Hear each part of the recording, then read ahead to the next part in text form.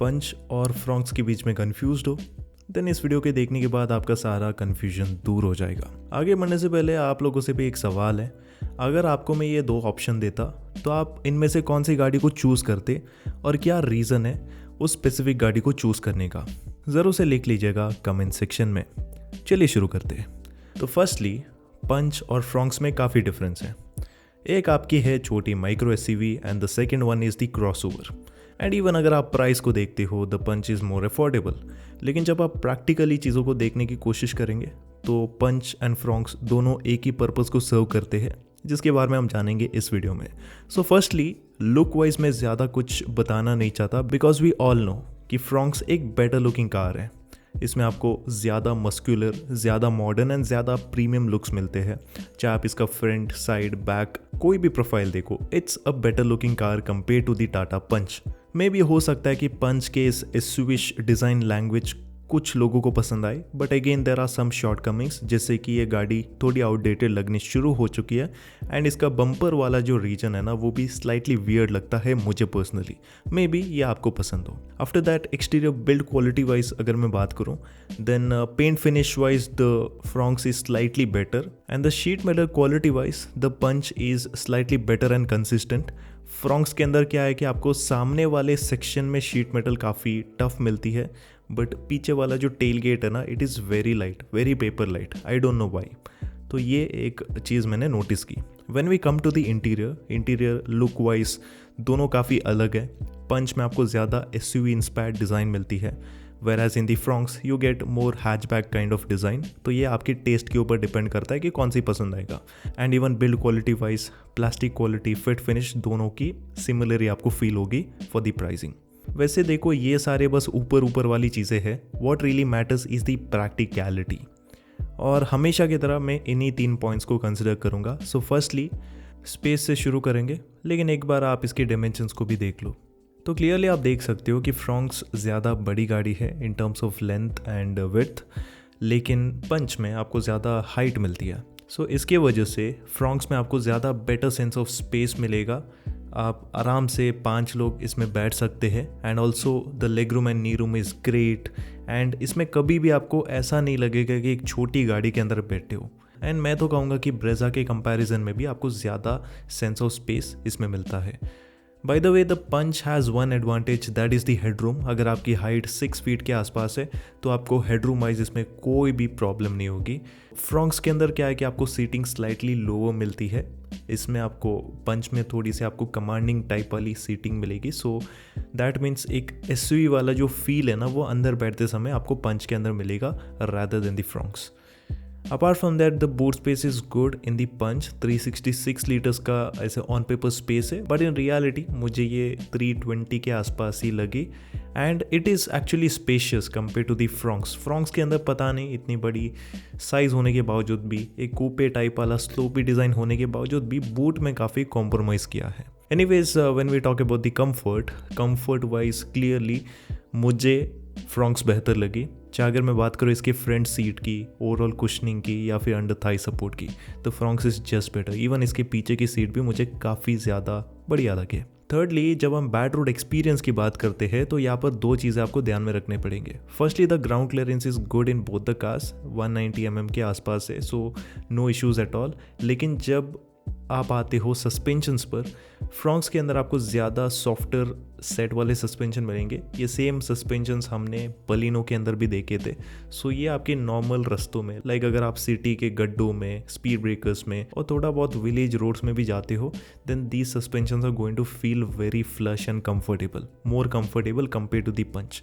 लेकिन पंच में क्या एडवांटेज है कि इसके सस्पेंशन थोड़े फर्म है, ज़्यादा सॉफ्ट नहीं, ज़्यादा हार्ड नहीं, but it is somewhere in between, जो कि ज़्यादा ख़राब रास्तों में जैसे कि इन जैसे रोड्स में स्लाइटली आपको बेटर राइड क्वालिटी प्रोवाइड करेंगे, but on the normal roads आपको छोटे मोटे गड्ढे तो ये फील कराने ही वाली है।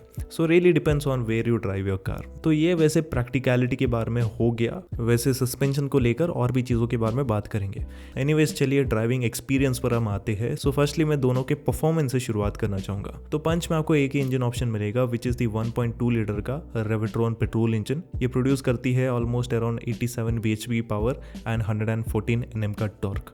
When we come to the Fronx, इसमें वैसे 2 इंजन्स आते हैं। एक आपको बूस्टर जेट टर्बो इंजन मिलेगा एंड सेकेंडली आपको 1.2 लीटर का नेचुरली एस्पिरेटेड के सीरीज का इंजन मिलेगा which produces around 89 bhp of power and 113 Nm of torque. So firstly अगर आपके पास पैसे है just go with the Fronx turbo, but ध्यान देने वाली बात इतनी है कि उसकी on road price almost 12 lakhs तक पहुंच जाती है, जो कि हर कोई अफोर्ड नहीं कर सकता। So that is why if you can buy it you by it, because उसकी परफॉर्मेंस बहुत अच्छी है। स्पेशली हाईवेज में अगर आप ज़्यादा ड्राइव करते हो, मैं तो कहूँगा कि थोड़ा पैसा लगाकर get the booster jet petrol engine.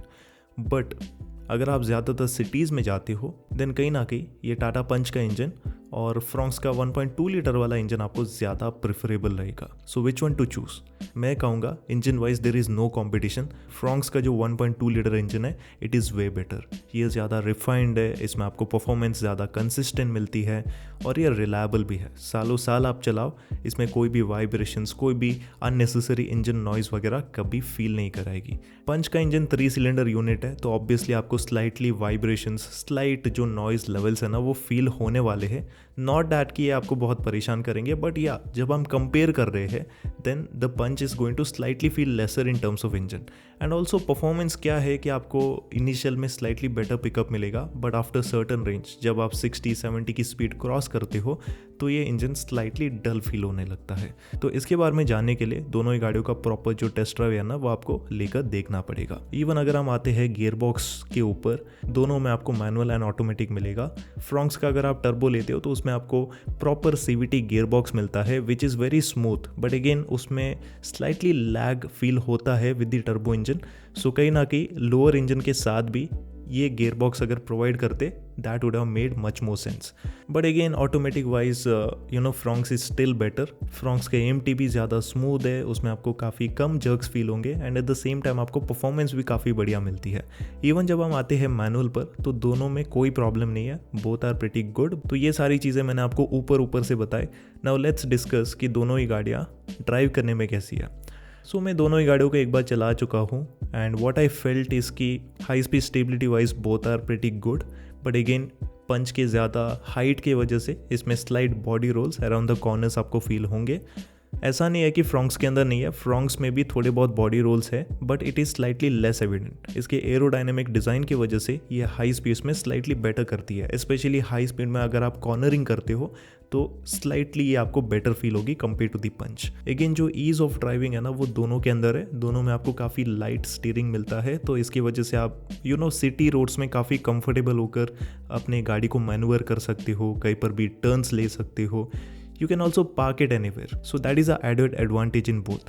But again जो steering response है, हाई स्पीड में जो रिस्पॉन्स होता है ना उस हिसाब से मुझे कहीं ना कहीं लगा कि पंच स्लाइटली बेटर है। तो ड्राइविंग वाइज नॉर्मल कंडीशन में दोनों ही अच्छे हैं, लेकिन हाई स्पीड में फ्रॉन्क्स स्लाइटली बेटर फील होती है। बाकी सेफ्टी वाइज मैं ज़्यादा बात नहीं करना चाहता।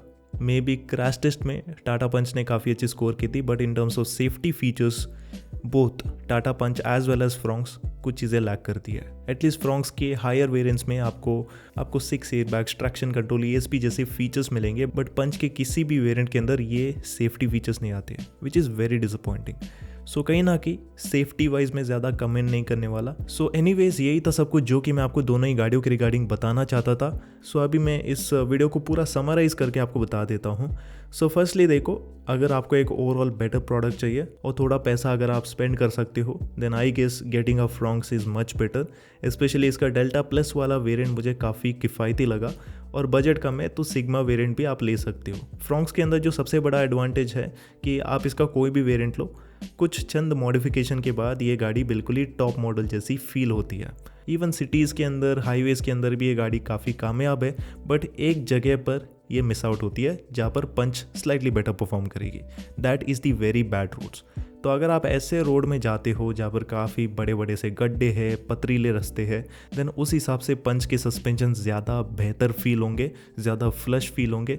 और मैं चाहूँगा कि आप खुद जाकर इसको एक्सपीरियंस करें ऑन अ टेस्ट ड्राइव। सो आप देखो आपके रिक्वायरमेंट्स क्या है, और अगर आप मेरे पॉइंट्स से ओपोज करते हो देन आप कमेंट सेक्शन में फीडबैक दे सकते हो, क्रिटिसाइज कर सकते हो। It is open for you, so please comment down below. बाकी वीडियो कैसी लगी इसके बारे में ज़रूर से लिखना, एंड वीडियो लाइक भी कर लेना। और ऐसे ही कंटेंट अगर आप और भी देखना चाहते हो then make sure to subscribe to the channel. तो इसी के साथ चलिए मिलते हैं आपसे अगली वीडियो में, तब तक के लिए good bye and take care.